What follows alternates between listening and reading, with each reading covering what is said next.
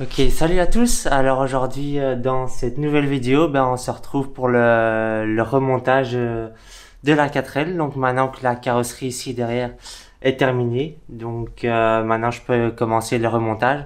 Donc vous avez vu dans la vidéo précédente la peinture. Ouais, le résultat est vraiment pas trop mal. Je vais vous montrer à la lumière un peu plus en détail après. Il y a quelques petits défauts. C'est pas des défauts de peinture, c'est plutôt des défauts de préparation de la carrosserie, de débosselage et tout ça. Et au final, comme la peinture est bien brillante, ça se voit assez fort. Mais bon, ça c'est pas grave, ça reste quand même une 4L, donc c'est pas si grave. Mais donc dans cette vidéo, ce que je vais faire, c'est que je vais avec le Bobcat de nouveau, c'est très pratique. Je vais la déposer et la fixer sur le châssis, donc le recaissage quoi.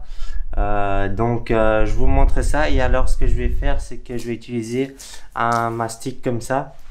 Donc c'est un mastic en bande entre le châssis et la carrosserie pour faire l'étanchéité en fait.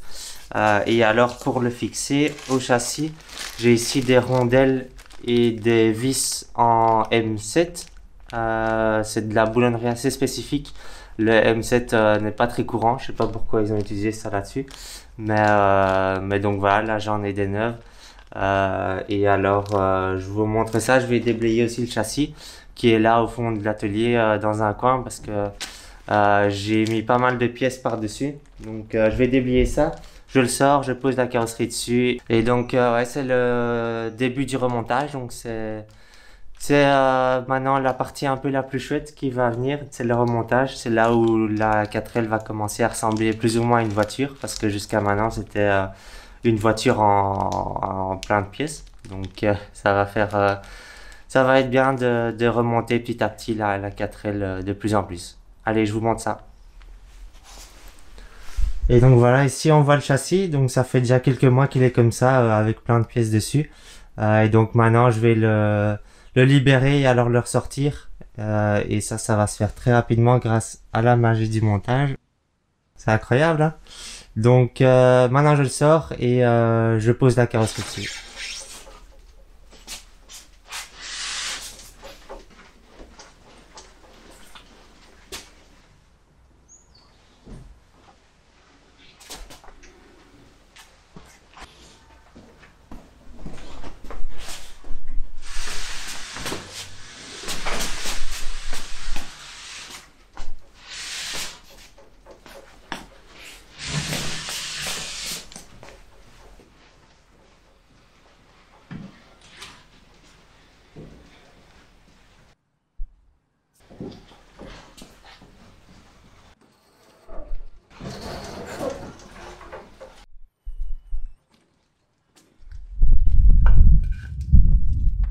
Et voilà, ici le châssis est sorti. Donc je me rappelle plus trop qu'il était aussi beau. Écrase. Mais malgré la poussière qu'il y a dessus. Mais bon, donc maintenant je vais poser le mastic tout autour, partout. Et en fait je vais venir le mettre. Donc ici on voit les trous pour fixer le châssis avec les vis. Et en fait je vais le mettre le mastic ici dessus. Parce qu'en fait on voit sur la carrosserie donc que les trous ici ils sont côté intérieur et sur le châssis ils sont côté extérieur. Donc je peux pas vraiment le mettre ici parce que ce sera pas sur le châssis. Et je peux pas vraiment le mettre là parce que du coup ce sera pas bien entre les deux, donc je suis obligé de me les mettre dessus. Rien compris, moi. Donc je pense que c'est comme ça. Donc et alors ensuite je ferai des petits trous à travers la bande de mastic pour faire passer la vis à travers. Donc je passe un petit coup de nettoyage sur le châssis vite fait et alors je pose le mastic et ensuite on passe à la pose de la carrosserie sur le châssis. Allez, je vous reprends après.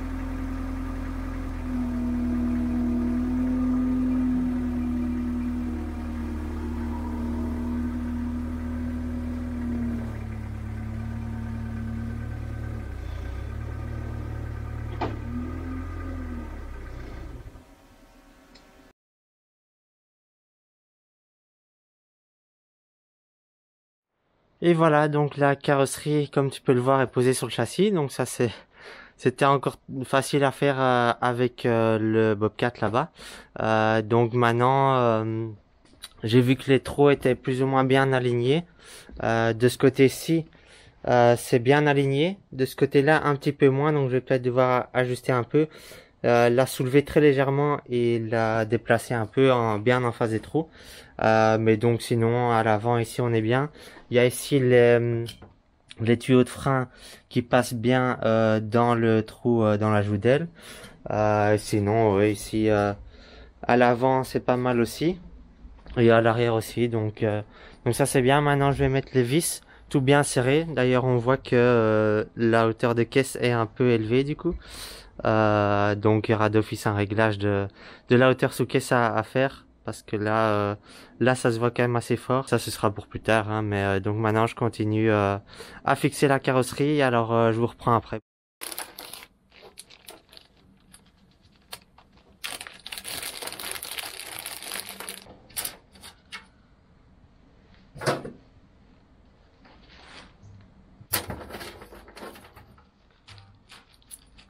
On bat les couilles, frère.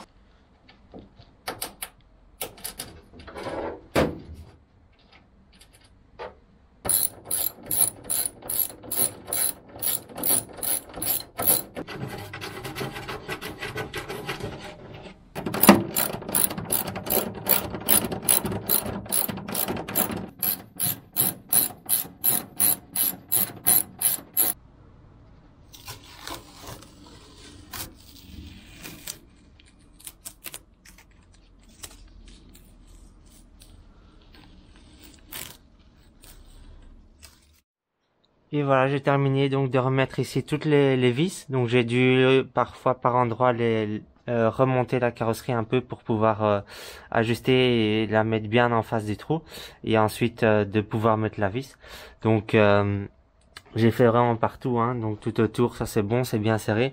Il y a juste là-bas dans le coin où je dois mettre une vis de M8 parce qu'en fait avant il y avait donc la vis de M7 qui avait cassé dans l'écrou dans le châssis et donc ce que j'avais fait c'est que j'avais percé et puis j'avais mis un insert à rifter comme ça en M8 et donc pour ça je dois acheter les vis encore et ici aussi à ce niveau-là, ici à l'arrière, les deux ici, ça je dois aussi encore acheter deux vis de M8 et comme ça je peux fixer ici aussi.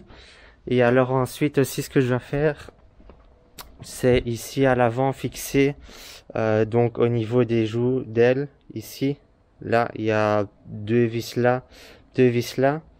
Deux vis là, deux vis là, et alors ici j'ai déjà mis les deux comme ça. Ça c'est des vis donc en M6 et en fait je dois aller en racheter parce qu'ici j'en ai plus beaucoup, j'en ai plus que deux. Donc je vais aller racheter ça et puis après je vous reprends après.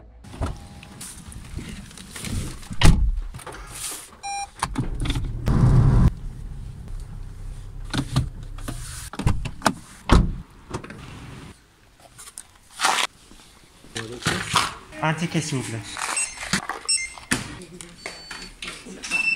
Merci. À vous aussi, au revoir.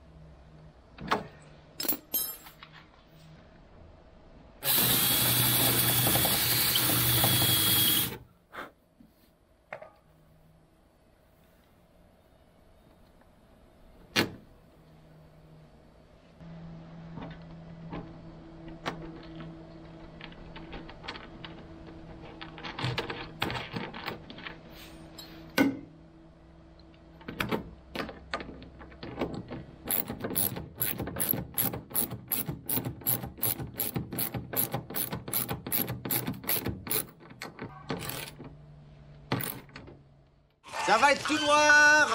Ta gueule.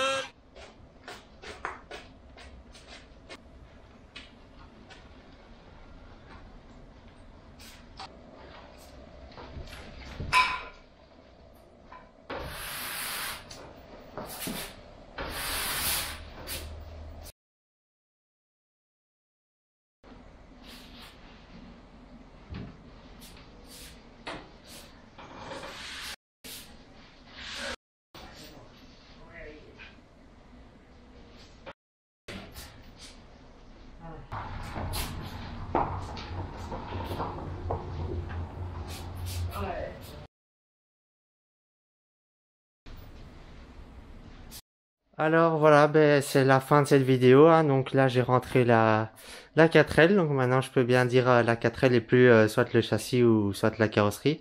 Donc ça c'est pas trop mal. Donc tout s'est passé comme il fallait, hein. Il n'y a rien eu de spécial. Donc après les prochaines étapes, ce sera le remontage.